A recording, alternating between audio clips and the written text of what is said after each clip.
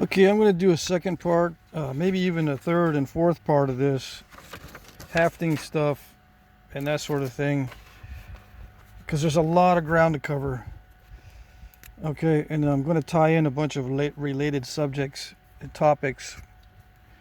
Okay, I got into it briefly, but I do want to touch on the Atlatl dart technology a little bit more, because I was reading various sources and there seems to be very different opinions on the age of the Atlatl dart in the Americas and in the world, and whether or not they use fletching, whether or not they use foreshafts, whether or not they actually had stone tips on these, and what was more common, bone or wood, stone, that sort of thing. But there are certain things with the technology that cannot be changed. There's just certain aspects of this technology that must exist in order for the system to work, right? Just like bowstrings and bows, arrows, and all that. Okay? I didn't mean to say bowstrings, I meant to say bows. Let's go off on a little tangent with bows. Okay? What do we know about bows with the bow and arrow technology in order to make it work? What are the components that have to be there in order for the bow to work? Okay, you gotta have the string. You gotta have a bending limbs, right? You have to have the ability to maintain this system.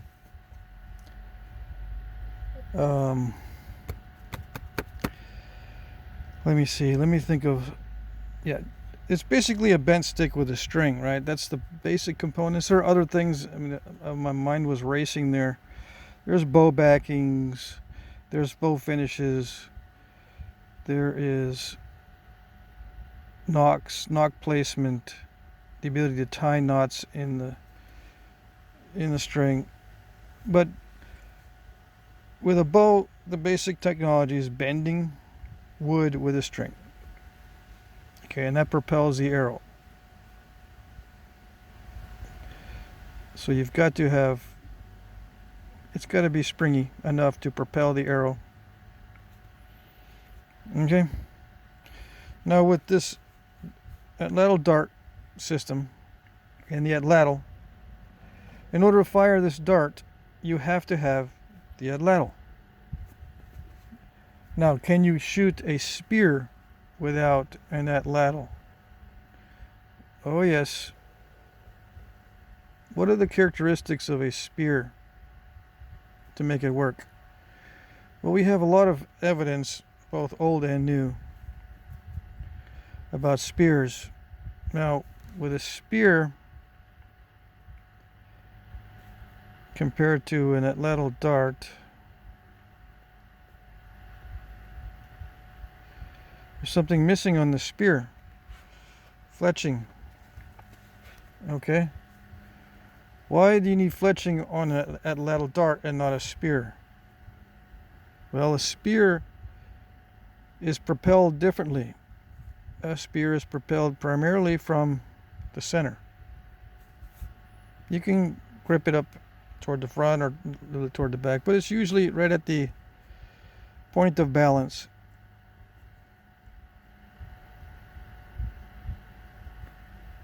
Now, I've been calling that the fulcrum because of my engineering background. A fulcrum is just a pivot point, and I put it in there to display the pivot point where it balances. But I'm going to call that a point of balance. A fulcrum can be anywhere along there that's a pivot point. Now, a point of balance is usually where you hold the spear to throw it. You don't need fletching for a couple reasons. One, it's thrown differently. All right, there's a difference in throwing technique. And short range, very short range. Okay, and the shaft itself has a lack of flexibility.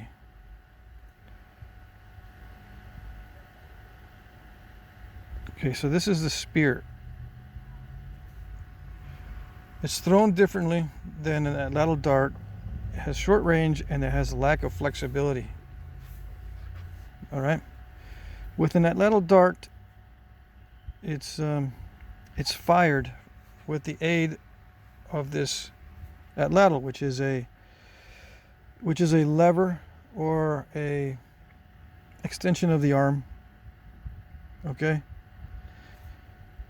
The shaft is very flexible, and the range is potentially much longer than a spear. So, to correct for the many possibilities of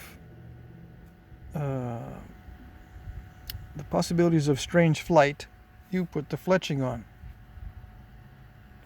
So with an Atlatl dart, I think you need fletching for accuracy. Okay, I have seen Atlatl darts without fletching. Accuracy with fletching is high, with no fletching is low.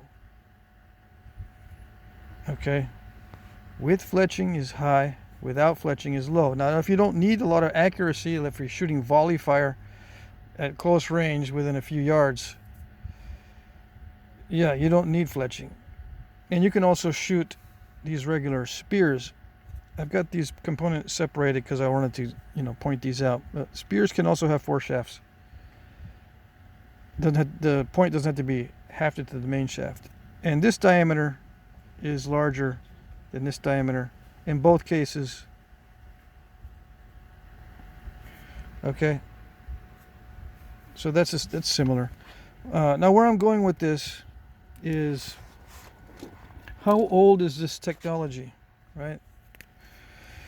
And did they know about these differences, and does it matter, and all that good stuff? I think that this technology came over with the people who populated North and South America.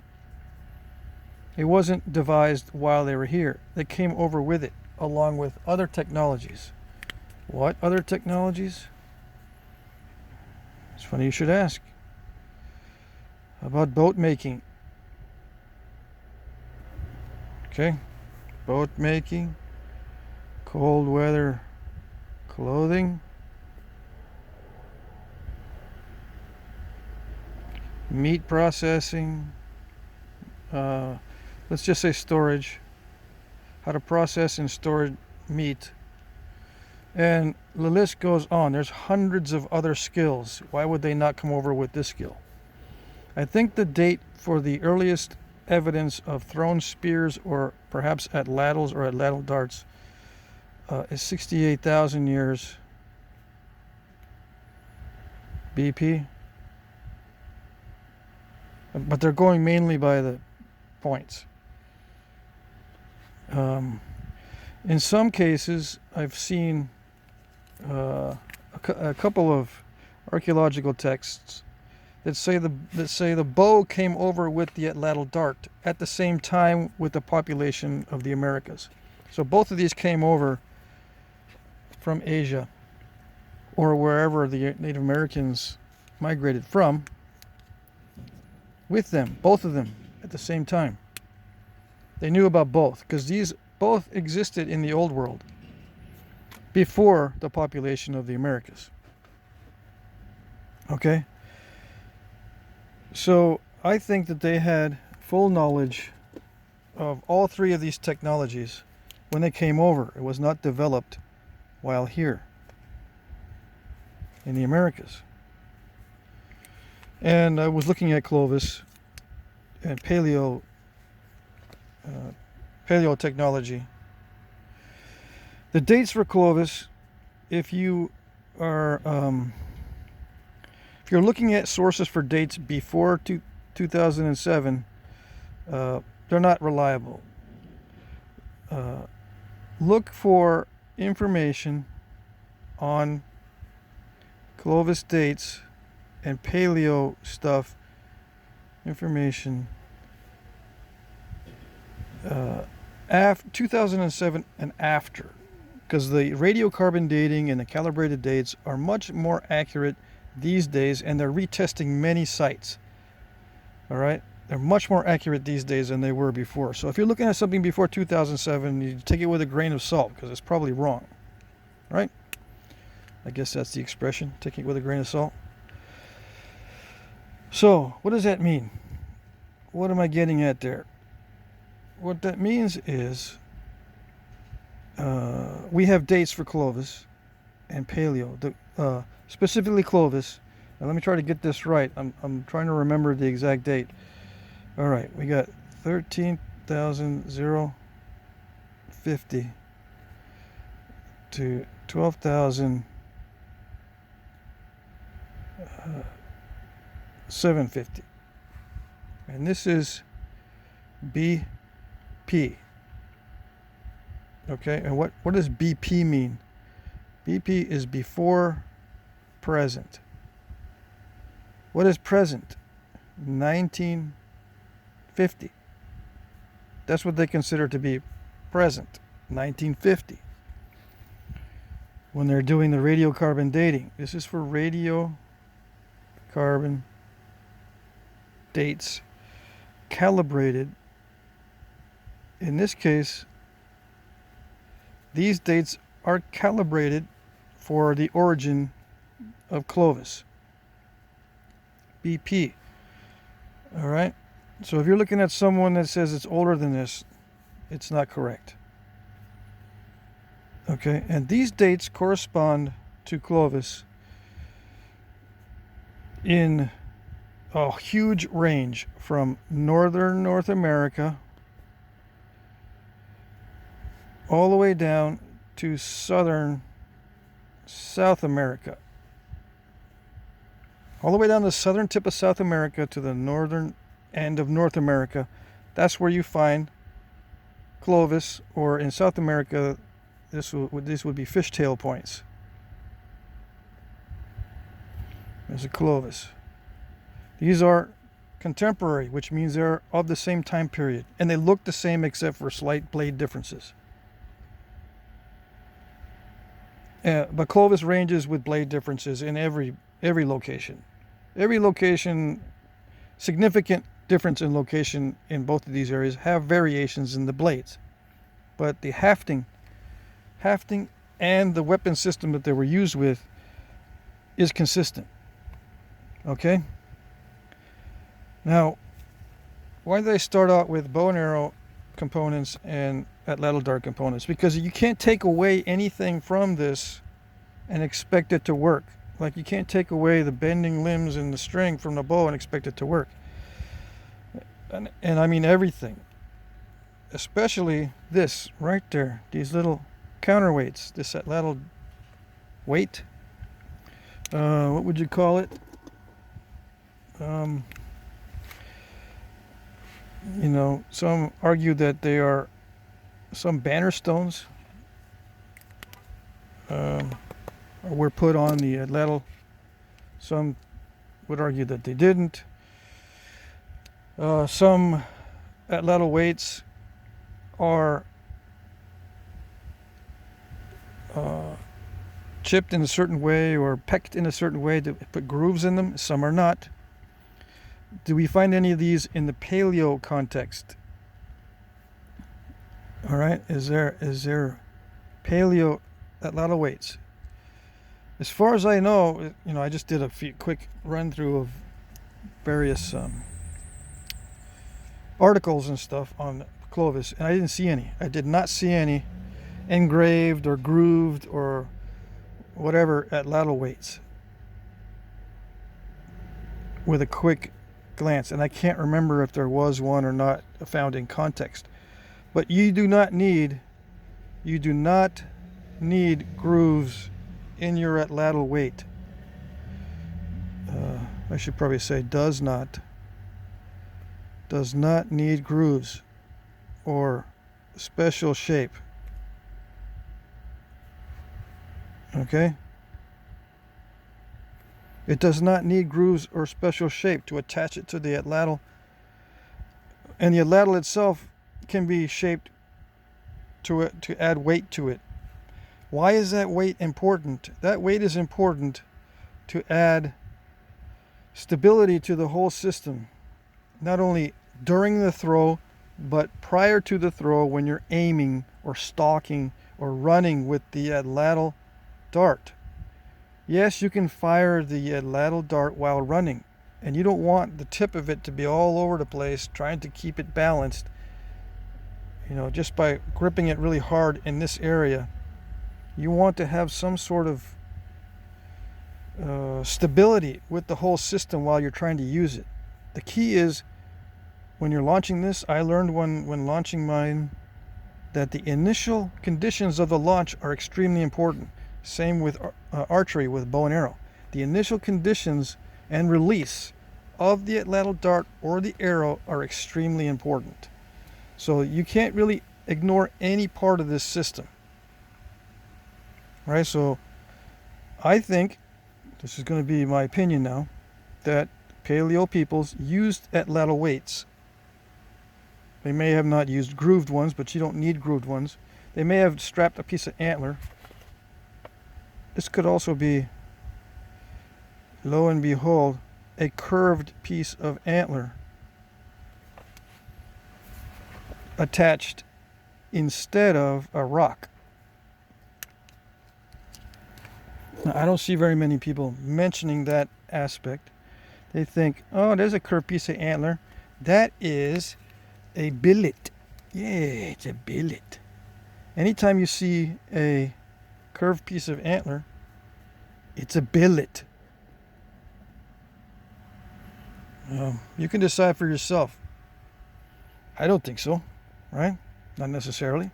Could be all kinds of stuff. I think sometimes they use them as Atlatl weights. How's that? All right, fits perfectly, and it's easy to wrap around. Okay? Now, and it's heavy. It's almost as heavy as stone. And with the larger piece, you can, make up for the lack of weight. All right? Okay. Now, what else is there that I see? What other transgressions that I see, or something that needs to be cleared up with this kind of thing? I talked about edge length. Oh yeah, drills. How do you know if it's a drill if your paleo looking thing, or doesn't even have to be paleo looking, but we're talking about paleo stuff right now. How do you know if it's a drill or a perforator or a knife? And that sort of thing. How do you know? Well, this is how you know. Well, there's a couple ways. If this is very regular in both directions, very, very well made this way, and very straight, this is a drill.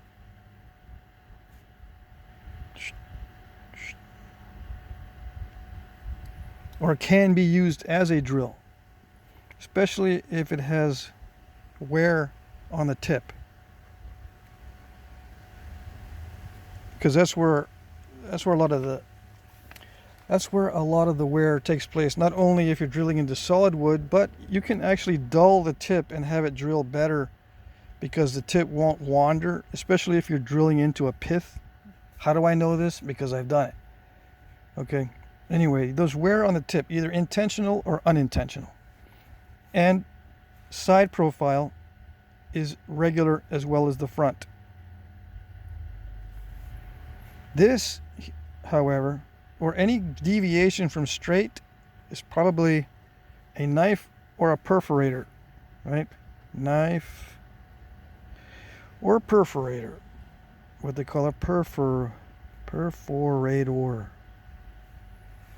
If it's like this, if it's curved or irregular, even on the front view, if it's irregular, if the blade is all wonky from the front view, you know it's probably a blade, a knife, or a perforator and not a drill. You need something very regular in both directions to be a drill. I just wanted to mention that. I didn't mention it in the other video, and I think it's very important because there is this type of artifact with paleo points. Now, is Clovis the only paleo point? You can get into that one too. Nope. Clovis is not the only paleo point. There are other points that exist at the same time or even before Clovis. Okay? Western stemmed. I was just looking up Western stemmed is one. There's a Wilson point in Texas that has been found above, at the same level, and below Clovis. Okay. Now the Western stemmed is found on the West Coast or thereabouts. I think they also find them in Idaho and slightly inland, right? Anyway, the Western stemmed has a blade very similar and thick to Clovis, but it has a contracting stem. Okay. The Wilson points, same deal. The blade itself, similar to Clovis, very thick, except it has a stem, but this time on these, the stems can be all wonky and stuff, but there's some kind of notching or constriction going on with the stems. Okay, there's variations with the Wilson points in various locations. Western stem is pretty much either like that or maybe even a little bit Cody looking. Okay, more regular with a flat bottom. Okay, these are the same time period as Clovis. Now, if you look,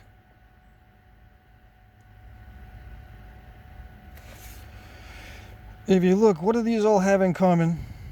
Okay, what these have in common is they are all built to be hafted onto a shaft,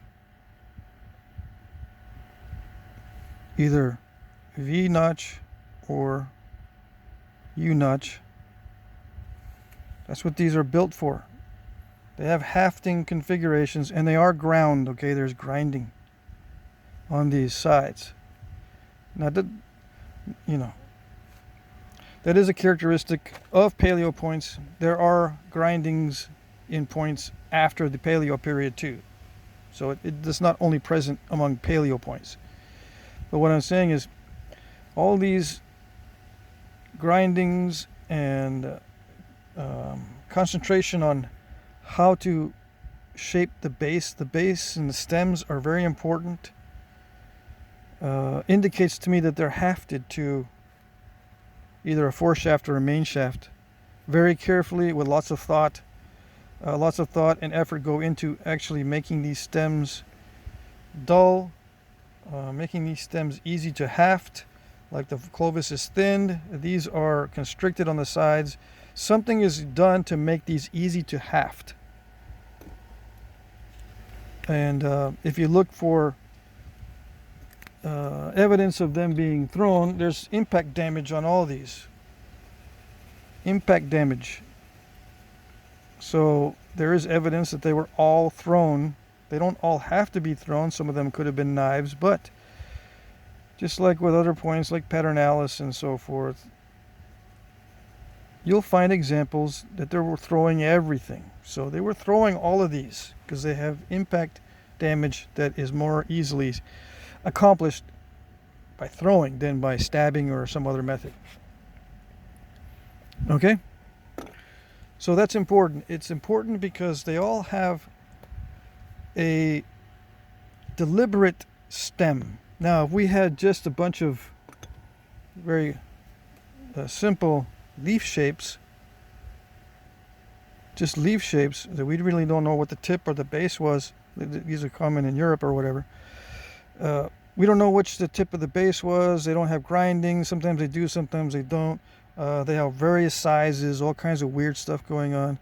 Sometimes the blades are maybe curved and that kind of thing. And if it's vague, then yeah, we don't really know if they were hafted to Atlatl darts or their knives or blah blah blah. No. But in the New World, in the Americas, North America, Central America, South America, they all had carefully made hafting areas.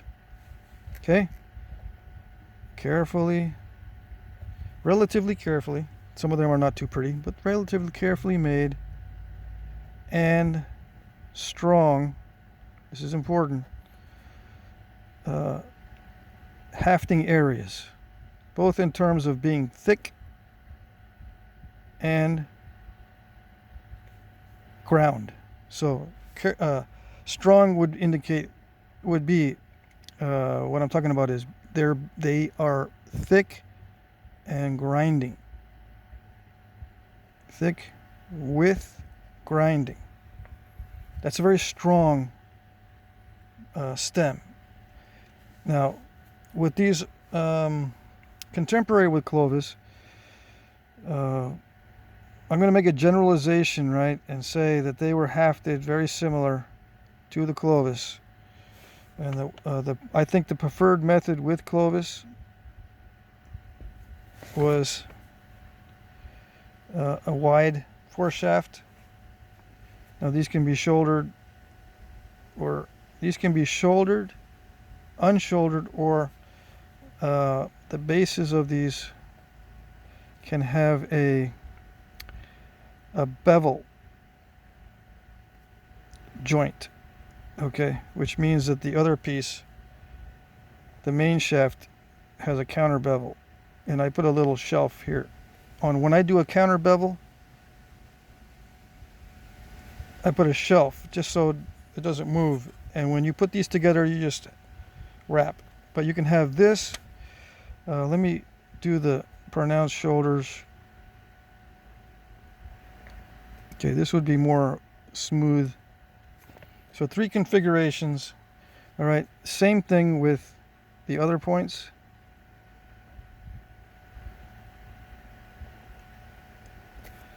I'm going to do the stem too. Western stemmed. They don't have large shoulders, so there you go. Same thing with them. I'm just going to assume a smooth tapered foreshaft. And then a lot of these, especially with the Wilson points, they have grinding up on the blade as well, which indicates to me that they were not only hafting this part down here, this part, I mean not hafting, but wrapping. They wrapped up on the blade as well a little bit. Okay, same thing I think happened with these guys. Same thing with the Clovis. Part of the blade is wrapped on all of these. Okay, if you look at these two here, bigger view, a lot of them have constrictions just above the shoulder.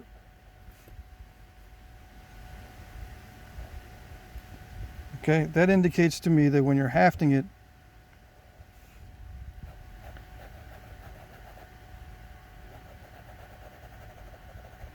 you are up on this constriction here. And with Wilson points, they are also ground in that area in many cases, up on the blade. Okay, why would you have a little shelf here though on the Western stemmed if you're going to haft up here? Well, I think what happens is this upper part of the binding is to cover the upper part of the foreshaft, and this lower binding here is where you put your majority of your glue and bindings. This is for smoothness, and this is for strength. Okay, that's why I would put hafting wrappings above the shoulder, but below the shoulder it's for strength, especially for impact. It resists impact. Okay, so yeah, that's all the time I have for this one. I hope that helped. I know I'm just coloring these in at the last minute.